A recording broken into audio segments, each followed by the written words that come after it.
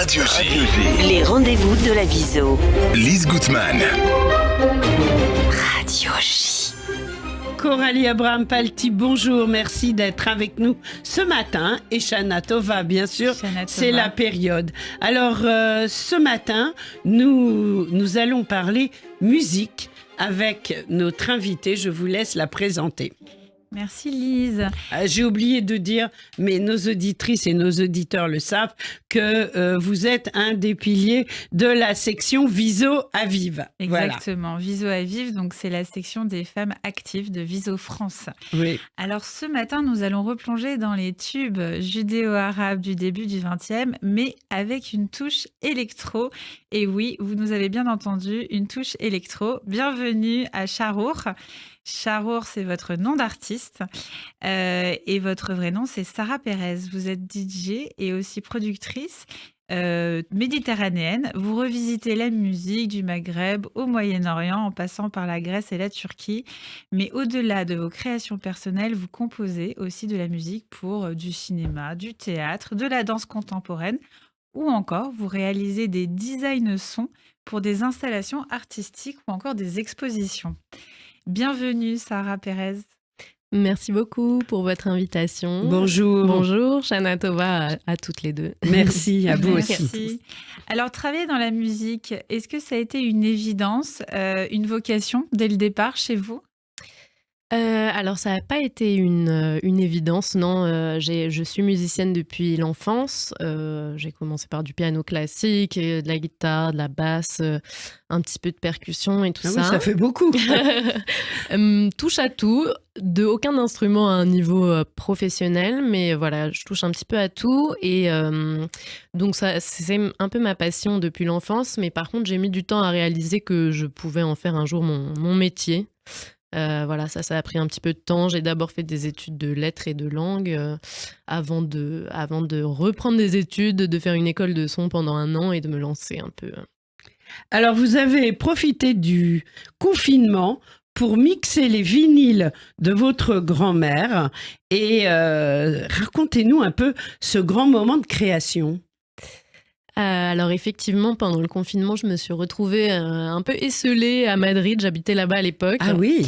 Et heureusement, j'avais mon home studio à la maison dans lequel, voilà, c'était vraiment... j'ai considéré que c'était vraiment le moment parfait pour justement créer et tout ce que j'avais pas eu le temps de faire parce qu'avant ça, on courait tous un peu à droite à gauche tout le temps. C'est vrai. Et du coup, ça a un peu coïncidé aussi. Enfin, quelques années auparavant, j'avais perdu ma grand-mère et j'avais récupéré notamment tous ces disques des grands chanteurs juifs tunisiens. Elle avait une petite collection très sympathique et donc je me suis un peu replongée là-dedans et c'était le même moment aussi où je sortais de l'école de son et où j'explorais plus la musique électronique, la production musicale, donc toutes les techniques d'enregistrement et tout ça. Et du coup, je me suis dit pourquoi pas remixer ces morceaux qui sont super intéressants et magnifiques et voilà, le faire dialoguer un petit peu. Enfin, c'était l'occasion de faire dialoguer un petit peu mon héritage personnel avec des musiques plus actuelles que j'adore aussi par ailleurs, quoi. Et je trouvais que c'était intéressant et que c'était l'occasion de parler d'une partie de notre culture et de notre héritage. Vous savez à qui vous me faites penser ? À So Cold, qui a fait ça il y a quelques années aux États-Unis, mais lui, c'est version ashkénaze et yiddish, avec aussi les vinyles des grands-parents et arrière-grands-parents, et on voit le résultat. Bravo, très belle idée, hein. C'est formidable parce que quand elle vous les a donnés, du coup, elle était vivante. Et puis, vous n'avez pas tout de suite eu l'idée de les remixer. Ça a pris un petit temps. Ça a pris un petit temps, ouais, effectivement. Enfin, j'en ai récupéré un peu au fur et à mesure, ils ont parfois transité par chez mes parents, etc. Effectivement, ça a fait son chemin, je pense, dans ma tête et voilà. Eh bien, écoutons une des créations qui date de ce moment de confinement.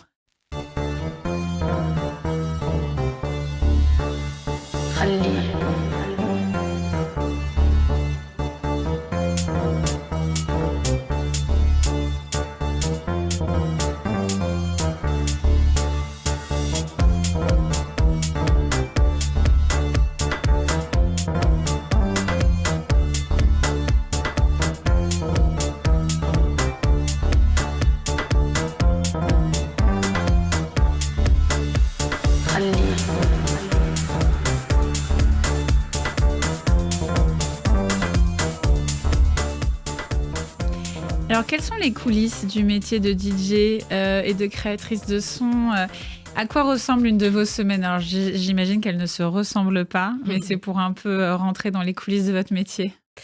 Effectivement, c'est assez varié. Il n'y a pas une semaine qui ressemble à une autre, mais c'est ça que j'aime bien aussi. Et alors, j'ai souvent un DJ set quelque part le week-end, soit dans une salle de concert, un club, un festival, etc. Mais du coup, je fais aussi des ateliers pendant la semaine pour enseigner le DJing et les logiciels de son avec mon association. Donc j'ai souvent un DJ set quelque part, un atelier quelque part et ensuite s'ensuit aussi un travail un peu H24 d'écouter, de découvrir des nouveaux sons constamment et de chercher des pépites et d'investiguer, de télécharger, d'acheter des disques, de les numériser aussi des fois. Oui. C'est... Oui, il y a un travail d'archive derrière le métier. Ouais, il y a beaucoup de tout ça et un travail de composition aussi, Ouais. un peu des temps de création. Alors, les montages sonores que vous réalisez permettent de dépoussiérer des compositeurs juifs d'Afrique du Nord de la première moitié du XXe siècle. Alors, on cite Raoul Journeau, Renette Loranet, Habiba Msika, Salim Khalali. Est-ce qu'on peut dire que la transmission, c'est l'axe majeur autour duquel s'articule votre travail ? La transmission, effectivement, ça fait partie, c'est un des concepts effectivement assez clés de mon travail, puisque voilà un peu ce que je vous ai raconté avant, que un des objectifs de mon travail, c'était de faire dialoguer, de récupérer un petit peu ce patrimoine et de le réécrire d'une certaine manière. Le remix, c'est un petit peu ça, quoi, de rejouer avec cette matière et de recréer quelque chose à partir de ça. Donc la transmission, oui, moi je parle souvent de réactivation des mémoires autour d'un patrimoine et d'un héritage, mais ça va dans le même sens que la transmission. Ouais. Bien sûr. Et vous-même, on vous a transmis, si vous souhaitez transmettre. Effectivement, ouais. Notamment par ma grand-mère et puis Oui. toute ma famille, quoi. C'est une réflexion très personnelle et familiale, culturelle. Et vous êtes nombreux dans votre génération à recréer des ponts que vos parents n'ont pas réussi à faire parce que ils venaient d'arriver ou en tout cas l'exil n'a pas été facile au départ. Et du coup, cette génération, on a l'impression qu'elle se sent plus libre de s'engager et de créer des ponts avec l'héritage Avec Ouais. le passé. Oui, judéo-arabe. effectivement, c'est vrai qu'on est un certain nombre et on se connaît un peu tous maintenant, Ouais. donc c'est assez rigolo. Il y a un petit mouvement, quoi, qui, autour de ces questions de récupérer son héritage et de se le réapproprier et tout ça.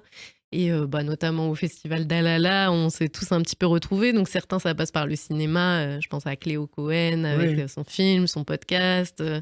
Myriam Levin aussi, qui a plusieurs projets autour de tout ça. Léona Taff, l'artiste qui fait de la sculpture, de la céramique et tout ça. C'est vrai qu'on est tous un certain nombre à explorer ça par différents médias. Oui. Et c'est assez intéressant d'en discuter. C'est très riche. L'année dernière, d'ailleurs, vous avez contribué à l'exposition Juifs d'Orient à l'Institut du monde arabe en créant un documentaire sonore pour une des salles d'exposition. Alors, cela a dû être une grande fierté pour vous. Qu'est-ce que cette collaboration vous a apporté ? Ah, c'est vrai que c'était un super travail, ça. J'ai adoré faire ça.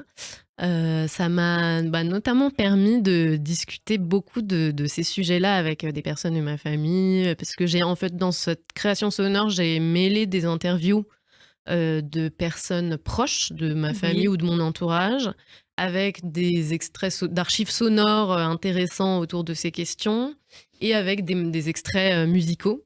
Donc c'est une sorte de métissage sonore autour de toutes ces matières sonores et j'ai surtout adoré en fait interviewer des personnes de ma famille, quoi. C'était vraiment l'occasion d'en parler un peu en profondeur et c'était assez émouvant. Donc une fierté qui est devenue familiale. Vous êtes tous allés voir l'exposition ? Oui, ensuite j'ai invité tout le monde au vernissage. On y allait en famille et c'était assez... Ça a dû être un grand chouette. moment. Ouais. Quelles sont les voix féminines de la musique judéo-arabe qui vous ont le plus inspiré et pourquoi c'est si important le rôle des femmes dans cet héritage? Alors le rôle des femmes dans cet héritage, c'est vrai que ça m'a beaucoup interpellée assez rapidement de voir qu'il y avait beaucoup de grandes chanteuses, qui étaient pas seulement chanteuses, mais aussi instrumentistes, compositrices, enfin voilà, presque toutes elles jouaient du oud ou du qanun, enfin et alors qu'aujourd'hui notamment, je trouve qu'il y a un petit peu un souci autour de ça. Enfin la plupart des femmes dans la musique sont chanteuses, ce qui est très bien, mais il y a peu de femmes instrumentistes, peu de femmes compositrices, peu de femmes dans les studios, enfin, donc c'est vrai que ça m'a interpellée. Elles étaient assez libres, en fait, dans les années 20. Hein, Ouais. Mais elles étaient au nombre de combien, comme elles n'étaient pas si nombreuses? Ça dépend. Quand on parle du Maghreb, il y avait en Tunisie, donc il y a Habiba Msika dont je vais vous reparler Ouais. parce que c'est vraiment une des grandes figures. Extraordinaire. Ouais, oui. il y avait Louisa Tounsia, Leila Tounsia aussi. Au Maroc, il y a Zora Al-Fassia, par exemple. Et elles se connaissaient entre elles? C'est pas forcément de la même génération. la même en plus. Il y en a génération, des oui. années 30, il y a des années 50, 60. Enfin voilà, D'accord. en Algérie, il y a Lynn Monty. Bah oui, il y Lynn en a Monty, plein. on la connaît Ouais. bien, oui. Donc, c'est vrai que je trouvais que c'était assez fascinant cet aspect-là. Et notamment Habiba Msika, ça m'a pas mal fascinée parce qu'elle a une histoire incroyable, quoi. Elle, Oui. pour le coup, c'est une des plus anciennes parce qu'elle est morte en 1930. 30, ouais. Assassinée par un amant. Donc elle a eu une fin assez tragique. Mais surtout, ce qui m'intéresse, c'est qu'elle était extrêmement rebelle, en fait. Et Rebelle, ouais, libre, très extrêmement libre libre dans et- ses propos et Il y a un son spectacle indépendance. qui a été monté sur elle il n'y a pas longtemps. Oui, c'est Oui, ça. Il y a un film aussi, La danse Oui. du feu. Ouais. Mais c'est vrai que c'est une figure très fascinante, quoi. C'est un petit peu la Frida Kahlo de la Tunisie, on va Oui. dire, qui avait une vie assez, très libre et dont elle parle beaucoup dans ses chansons qui sont des fois à caractère carrément érotique. Et dans les années 20 en Tunisie, C'était très on trouve ça assez précurseur. étonnant. Alors, Ouais. allons écouter Habiba Msika, un mix que vous avez fait d'elle qui est très sympathique.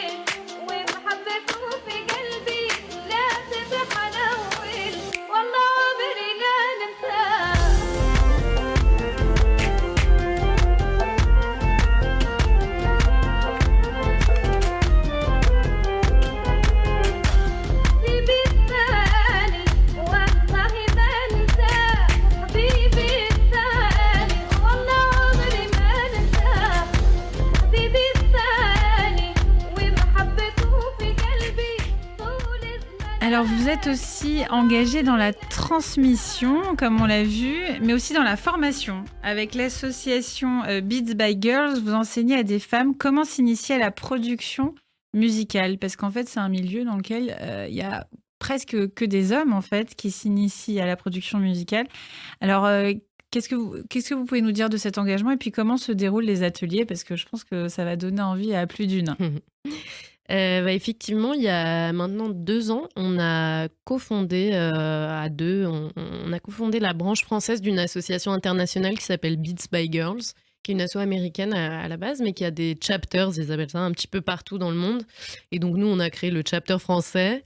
Et donc on organise assez fréquemment des ateliers pour enseigner la production musicale, donc surtout les logiciels de son, mais aussi la prise de son, tout ça, aux femmes. Enfin, c'est des ateliers destinés aux femmes et minorités de genre, pour essayer d'encourager la participation féminine, parce que comme vous l'avez dit, c'est un milieu encore très très masculin. Oui, parce qu'en fait, la production musicale, derrière, il y a des logiciels de montage, du mixage, donc il y a un côté un peu technique qui peut intimider.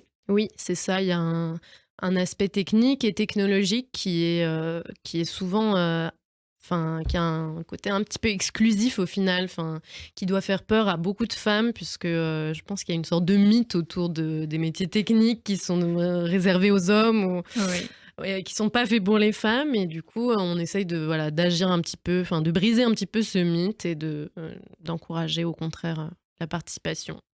Bah, c'est un très bel engagement féministe Ouais. qui est tout à fait complet en fait avec le reste de vos créations. Et vous allez au bout de vos idées, c'est Oui, ça qui c'est est ça. formidable. Ouais, Hein. Oui, exactement. on est Très d'accord. aligné, je trouve, Oui. avec toutes vos démarches. Et alors, quelle est votre actualité du coup cette année? Où est-ce qu'on peut vous retrouver? Alors, cette année, je vais jouer la semaine prochaine à un festival à Melilla, donc Oui, enclave espagnole au Maroc, qui s'appelle Iwa Fest autour des cultures amazirs, donc berbères et tout ça, qui va magnifique. être assez intéressant, je pense. Ensuite, qu'est-ce que j'ai de prévu? Je vais jouer au festival Jazz Klezmer. Ah oui, Oui, super. ouais, Nous, on le promotionne Ah, ici. bah Hein. génial. C'est le 16 novembre à la Bellevilloise, Oui. après le groupe Golem Rock que je vais jouer. Donc, Ah, si super. vous venez, ce sera avec Golem grand que je vais plaisir. recevoir, que je connais et que je promotionne depuis leur début en France. Ils sont extraordinaires. Vous Génial. aussi, je serai là et je serai là pour vous écouter. Parfait. Oui, Et super. puis, je crois qu'il y a un événement de soutien suite au tremblement de terre du Maroc. Ah oui. C'est assez passé du coup. Oui, c'était jeudi dernier. D'accord, ok. Bon, bah, on regardera s'il y a des replays. En tout cas, bravo. On a des petites actualités aussi Oui. côté Viso. Alors, Du coup, côté Viso, on a des soirées de Soukhot dès ce soir, puisque nous sommes le 3 octobre. Nous avons ce soir une soirée organisée par Viso Neuilly en présence de Eric Emmanuel Schmitt sur le thème du défi de Jérusalem. Il y aura du coup un cocktail dînatoire. Et puis, nous avons également un autre repas de Soukhot le 10 octobre à Marseille. Cette fois-ci, ce sera un déjeuner. Nous avons toujours sous la souka, bien sûr. Sous la souka, bien Oui. sûr. On a l'avant-première d'une année difficile, bien sûr avec les deux réalisateurs Nakash et Toledano, le 16 octobre à 20h au cinéma Publicis. J'essaierai d'y être. Voilà, et le 17 octobre, nous avons le prix littéraire qui va être remis de la Viso à 16h30. Le lieu n'est pas encore À défini. qui? Le lieu n'est pas encore défini et justement, on va savoir quelles sont les personnes qui reçoivent le prix le 17 octobre. Formidable. Ce sera Surprise. révélé exactement à ce moment-là. En tout cas, un grand Shana Tova de la part de Viso Bah, bien et sûr. de très bonnes fêtes de Tishri. Voilà, pour Et vous merci aussi. à Sarah Pérez pour sa venue. Merci à vous. Merci Sarah et bravo. Continuez, puis on se retrouve au Festival Jazz Klezmer. Au revoir, merci.